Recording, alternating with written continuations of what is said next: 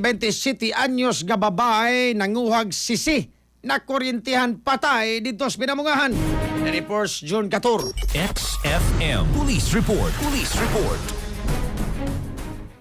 Yes, patay kining usa ka 27 anyos nga babae human kini na kuryentihan samtang nanginhas ni og sisi duol sa usa ka fish pond dito sa Purok Lagaw, Barangay Tahaw, lungsod sa Pinamungahan. Alas 7 ni sa buntag kakagahapon adlaw, Hulyo 15. Ay kini biktima giilang si Jeneline Tihana Donal, nagpuyo sa baong nga barangay ug adunay kaipon og gagmay nga mga anak. Suba pa sa investigasyon sa kapulisan nga naglakaw kining biktima padungong tangadto sa fish pond aron manginhas, manguha ni og sisi sa dihang na aksidente. Siyang nabangga ni ning usa ka konkreto nga poste sa kuryente. Tungod ini natumba siya og natanday gid kini nga live electrical wire og wa na matabang miresponde ang kapulisan sa Pinamungahan Municipal Police Station Juan Makadawat og tawag gikan sa Civico 3 gi-coordinate sab dayon ang pagpahunong sa supply sa kuryente aron masiguro ang kalawasan sa mga responder og sa mga mulupyo sa baog lugar. Ang susi pa sa mga medical legal officer sa Pinamungahan Rural Health Unit ang kining lawas si biktima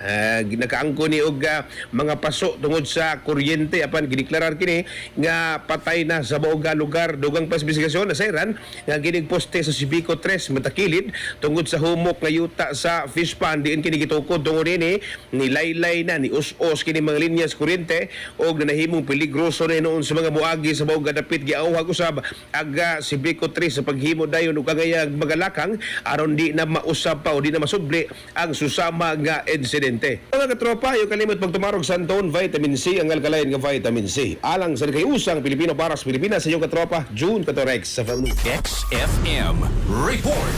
Cellphone Plus Gold, mapalit sa mga butika sa inyong lugar.